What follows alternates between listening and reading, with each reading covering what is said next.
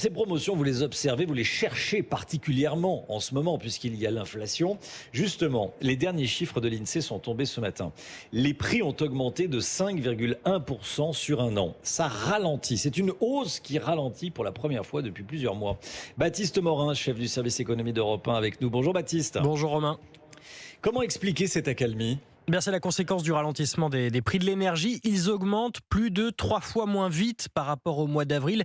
2% de hausse entre mai 2022 et mai 2023.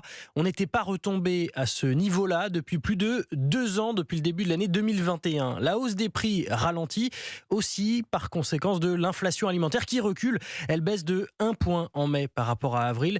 Alors ceci étant dit, il faut nuancer cette baisse de l'inflation. D'abord, oui, l'inflation recule sur 12 mois entre mai et avril, mais sur un mois, elle est stable. Ensuite, ce n'est pas inédit. Nous avons vécu la même situation pas plus tard qu'en décembre dernier. Et en janvier, l'inflation est tout de suite repartie à la hausse.